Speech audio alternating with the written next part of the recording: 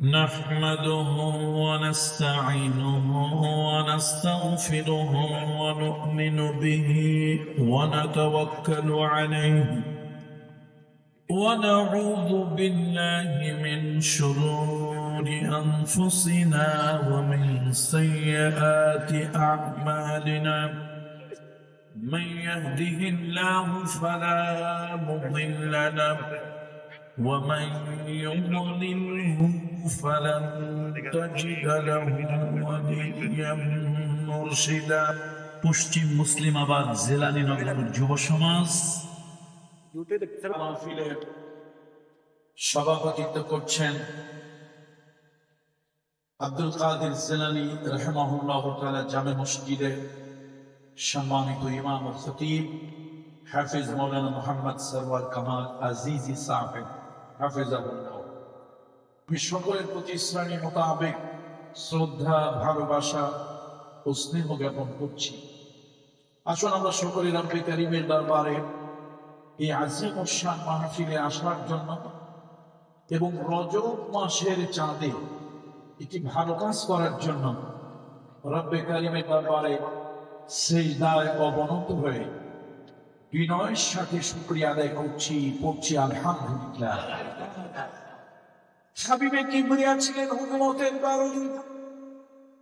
এই দুনিয়ায় অন্যান্য নবীদের কাছে রূহুল আমিন জিবরাইল একবার, দুইবার, তিনবার, পাঁচবার আসছে অন্যান্য নবীদের কাছে, কিন্তু আপনার নবী, আমার নবী, আপনার নবী, আমার নবী, নবীদের যিনি সরদার আল্লাহ তাআলা তার কাছে 23 বছরের জীবনে, নবুয়তের 23 বছরের জীবনে একবার, দুইবার, তিনবার, পাঁচবার নয়, 23 বছরের জীবনে 24,000 বার জিবরাইলকে পাঠিয়েছেন।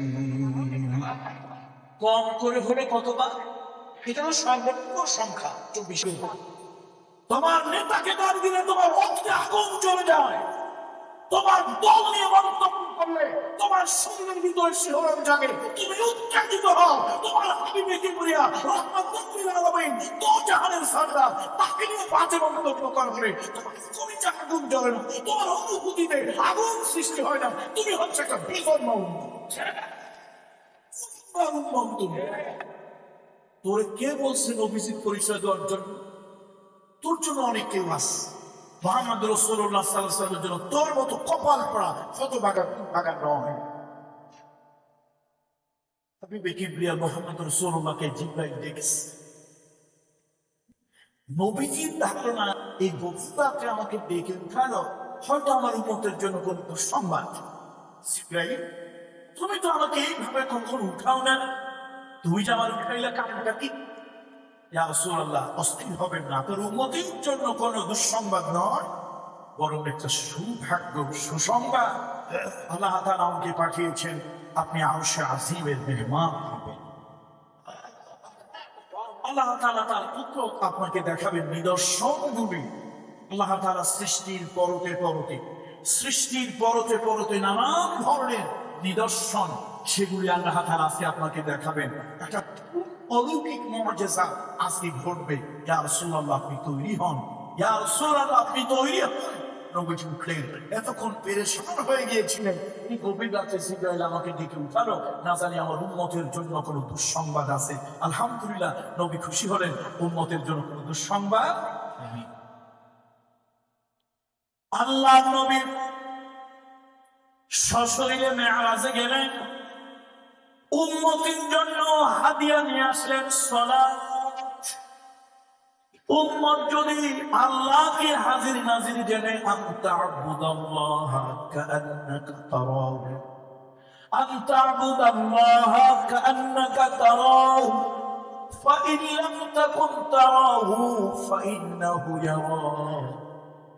তুমি সালাতে দাঁড়াবে যেন তুমি আল্লাহকে দেখে দেখে তার কুদরতি কদমের সামনে সিজদা দিচ্ছ।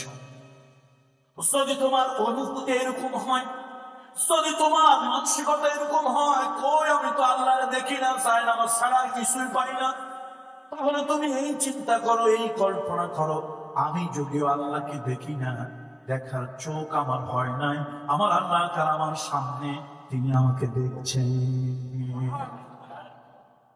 এই যে মেরাজ, নবীজি স্বার্থপর নবী নয়, আমার হাবিবে কিবরিয়া স্বার্থপর নয়। আমার হাবিবে কিবরিয়া জিন্দেগিটা পার করেছেন উম্মতের মায়া। নবীজি বললেন, উম্মত, আমি আল্লাহর কাছে সশরীরে একবার মেরাজে গেলাম। আমি তোমাদের দরদি, তোমাদের বান্ধব, তোমাদের দৈনিক 5 বার মেরাজ করার জন্য আল্লাহর পক্ষ থেকে আমি সালাত উপহার নিয়ে আসলাম।